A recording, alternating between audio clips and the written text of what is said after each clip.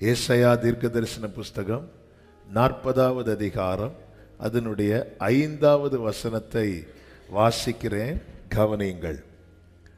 கர்த்தரின் மகிமை வெளியரங்கமாகும், மாம்சமான யாவும் அதை ஏகமாய் காணும்.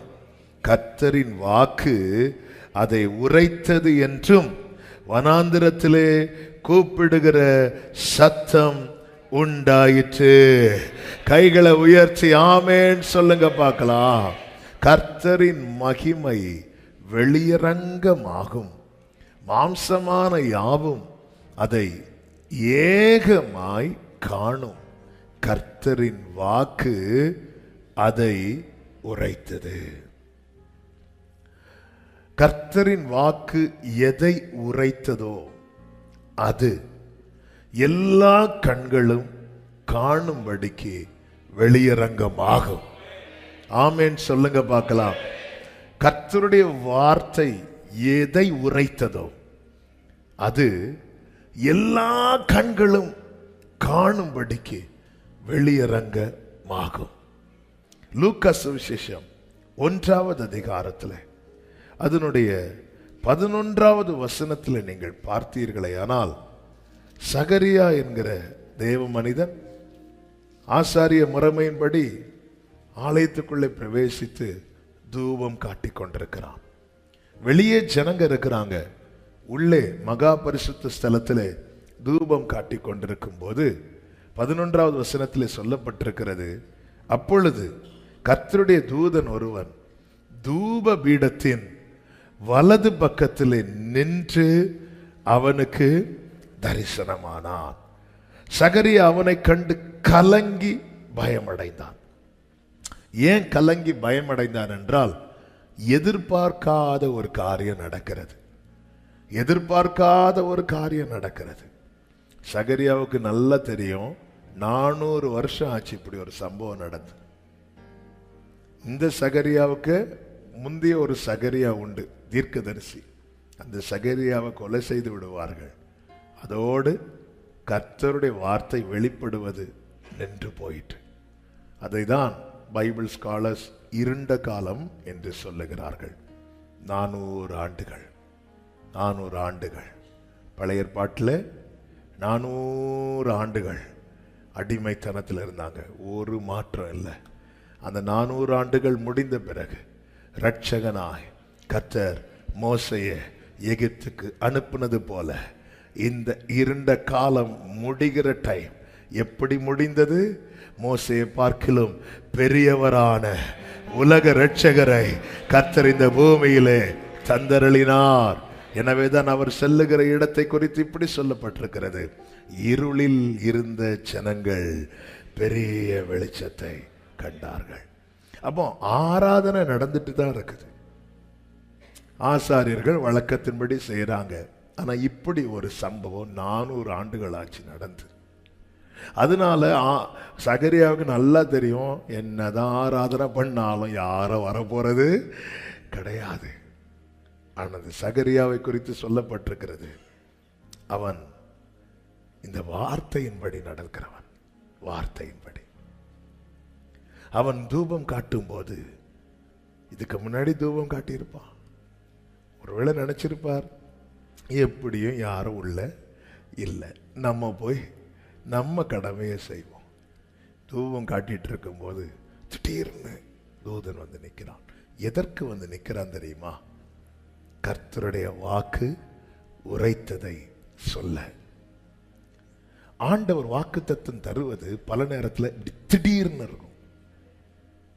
திடீர்னு எல்லாரும் வார்த்தை கேட்டு, சில வார்த்தைகளை கேட்டு சந்தோஷப்படுவது போல இருக்கும், சில வார்த்தைகளை கேட்டு அதிர்ச்சி அடைவது போல இருக்கும்.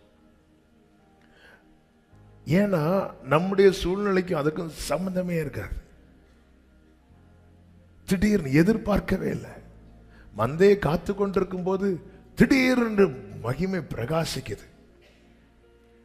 திடீரென்று வந்து நிற்கிறான். இப்படி வந்து நிற்கிறான். வந்து நின்று அவனுக்கு தரிசனமானான். சகரியா அவனை கண்டு கலங்கி பயமடைந்து உடனே தூதன் அவனை நோக்கி, சகரியாவே பயப்படாதே, உன் வேண்டுதல் கேட்கப்பட்டது. உன் மனைவியாக எலிசபெத் ஒரு குமாரனை பெறுவாள். அவனுக்கு யோவான் என்று பெயரிடுவாயாக என்று சொல்லும் போது சகரியா சொல்லுகிறார் 18வது வசனத்தில், சகரியா தேவதூதனை நோக்கி, இதை நான் எதினால் அறிவேன்? நான் கிழவனாய் இருக்கிறேன், என் மனைவியும் வயது சென்றவளாய் இருக்கிறாளே என்று சகரியா சொல்லும் போது ஒரு காரியம் தெளிவா தெரிஞ்சிட்டு, இந்த ஜெபத்தை சகரியா இப்போ பண்ணல. அவர் கிழவன் ஆகிறதுக்கு முன்னாடி பண்ணிட்டு இருந்திருக்கிறார். இப்போ பண்ணியிருந்தா இப்படி கேட்டிருக்க மாட்டார். அப்போ நல்ல கவனிங்க, என்னைக்கோ இதே மாதிரி தூபம் காட்டும் போது ஏறெடுத்த ஜெபம், என் விண்ணப்பங்கள் எல்லாம் உமக்கு முன்பாக. ஃபாதர் அழகா பாடி இருக்கிறாங்க, தூபம் போல் என் ஜெபங்கள். ஆமென், ஆமென். தூபம் போல வந்து நிற்கும் போது வெளியே ஒரு கூட்டம் இருக்கிறாங்க. வெளியே ஒரு கூட்டம், உள்ள என்ன நடக்குதுன்னே தெரியாது. யூஸ்வலா உள்ள போய் ஆராதிப்பாங்க. அந்த ஆராதனை முறைமைகள் உண்டு பழைய ஏற்பாட்டில். அந்த ஆராதனை முறைமைகளை முடித்து விட்டு வெளியே வருவாங்க. வெளியே இருக்கிறவங்களுக்கு டைமிங் தெரியும், உள்ள போனா இவ்வளவு நேரத்தில் முடிச்சுட்டு வருவாங்க. டிலே ஆகுது.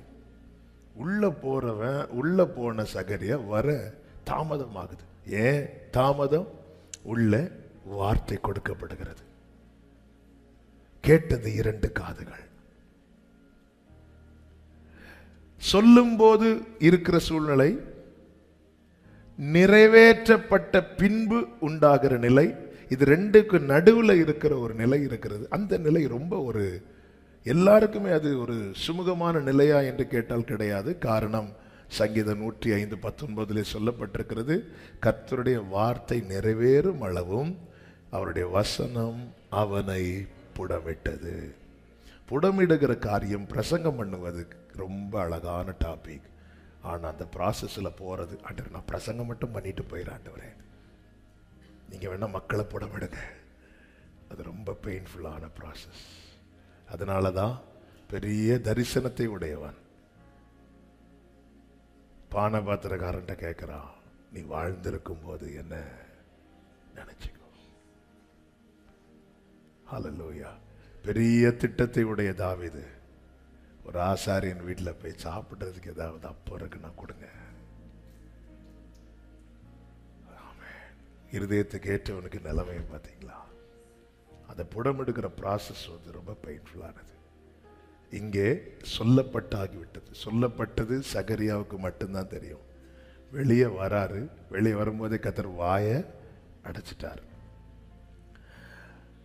வெளியே வரும்போது பேச முடியல சகரியாவுக்கு. அப்படி சைகை காட்டுறான்.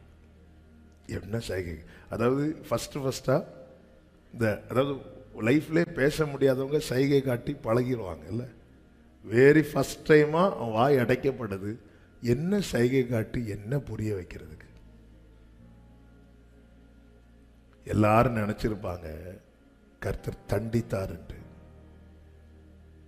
பழைய ஏற்பாட்டில் தேவ தண்டனை என்பது 2 விதத்தில் நடக்கும். ஒன்று, ஊசாவுக்கு ஒரு தண்டனை விழுந்துச்சு. 2, மிரியாமுக்கு ஒரு தண்டனை. இவங்கெல்லாம் ஆராதிக்கிறவங்க, ஆராதனையில் முன்னாடி நிற்கிறவங்க. ஊசாவுக்கான தண்டனை என்ன? அது தேவ கோப தண்டனை. மிரியாமுக்கான தண்டனை என்ன? குஷ்டம்.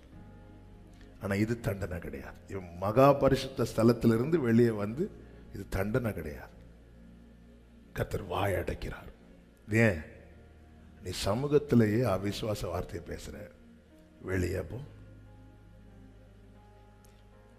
ஆமே, பிரசனத்திலேயே, அதாவது முகத்துக்கு முன்னாடியே நீ இப்படி பேசுற, அப்ப நான் கொஞ்சம் திரும்பிட்டா.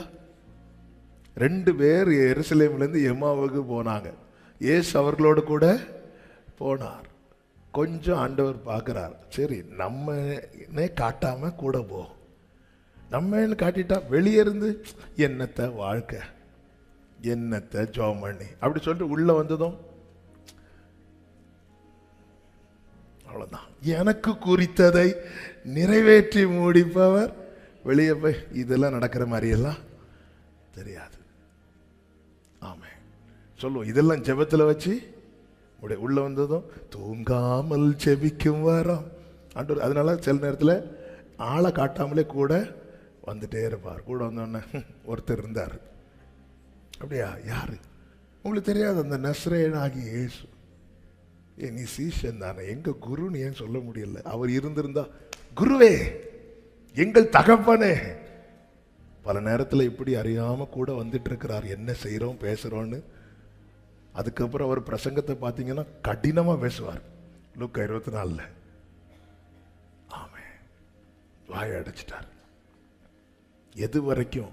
அதாவது நிறைவேறது வரைக்கும். இந்த சகரியா இனி யார் வந்தாலும்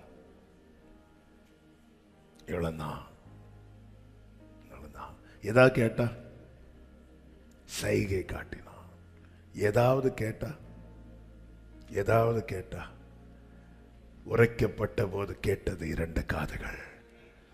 ஆனால் நிறைவேறின போது 21, 22 வசனங்களிலே சொல்லப்பட்டிருக்கிறது. லூக்கா 1 அதிகாரம் 21, 22 ஜனங்கள் ஆச்சரியப்பட்டார்கள் அவன் சைகை காட்டினான் என்று. 57, 58 சொல்லப்பட்டிருக்கிறது. எலிசபெத்துக்கு பிரசவ காலம் நிறைவேறின போது அவள் ஒரு புத்திரனை பெற்றாள். கர்த்தர் அவளிடத்தில் தம்முடைய இரக்கத்தை விளங்க பண்ணினார் என்று அவளுடைய அயலகத்தாரும் பந்து ஜனங்களும் கேள்விப்பட்டு அவளுடனே கூட சந்தோஷப்பட்டார்கள். இப்போ பிள்ளைக்கு என்ன பேர் வைக்கலான் இருக்கும்போது அவர்கிட்ட ஸ்லைட்டு கொண்டு வராங்க, எழுத்து பலகையை கொண்டு வராங்க. இவன் பேர் யோவான் என்று எழுதுகிறான். எல்லாரும் ஆச்சரியப்பட்டார்கள். 64வது வசனம்.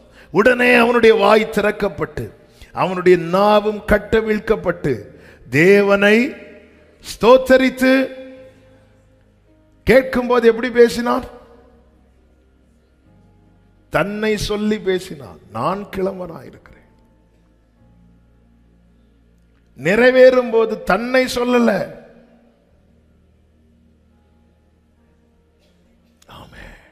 ஏன் ஆண்டவர் பேச விடாம? என்னால பேச முடியும், ஆனா நான் ஊமையனா இருக்கிறேன்.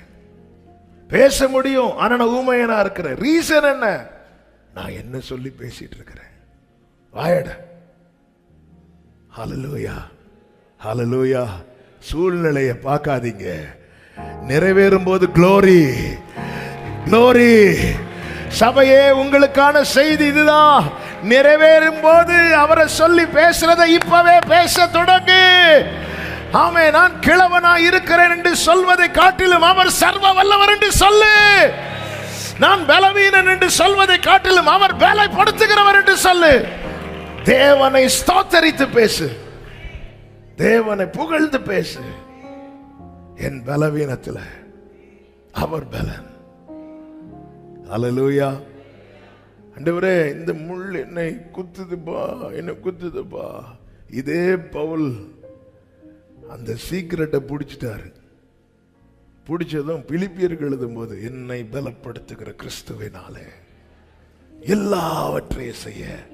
எங்க போயிடுச்சு முள்? முள் அங்கதான் இருக்கு, சூப்பரா இருக்கு. ஆவே. ஆனா நம்ம என்ன பேசுறோம்?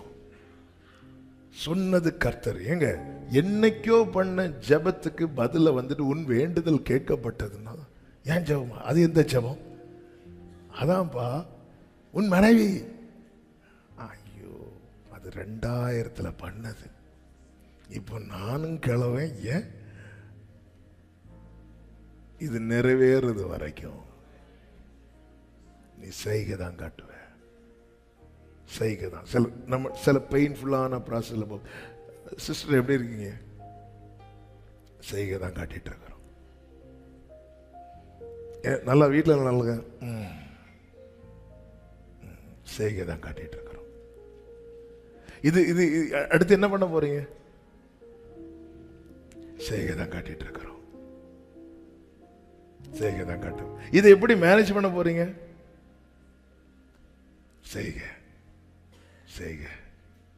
ஒரு நாள் வரும், கர்த்தருடைய மகிமை வெளியரங்கமாகும். கர்த்தருடைய வாக்கு அதை உரைத்தது. மாம்சமான யாவருடைய கண்களும் ஏகமாய் அதை காணும். வார்த்தை உடையவனா இருந்தும் இன்று பதில் இல்லாமல் இருக்கிறோம். வார்த்தை இருக்கு, ஆனா என்கிட்ட கேட்கிறவங்களுக்கு என்கிட்ட பதில் இல்லை. இதே வார்த்தை ஆவியானவர் எழுத வைத்தார். வார்த்தை உடையவனா இருந்தும் பதில் இல்லாமல் இருக்கிறோம். வார்த்தை இருக்கு, வார்த்தை இருக்கா, வார்த்தை இருக்கா, வார்த்தை இருக்கா. சரி, கேட்கிறாங்க, என்ன பதில்? செய்கை. ஆமே. வார்த்தை உடையவனா இருந்தும் பதில் இல்லாமல் இருக்கிறோம். ஆமே. வார்த்தையை தந்தவர் பேச வைப்பார், பேச வைப்பார். பேச எப்படி தெரியுமா? அந்த நிறைவேறும் நாள் இருக்கும்.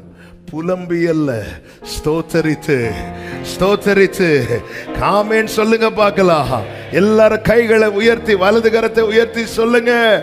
எனக்கு உரைக்கப்பட்டது நிறைவேறும் போது எல்லா கண்களும் அந்த மகிமையை பார்க்கும்.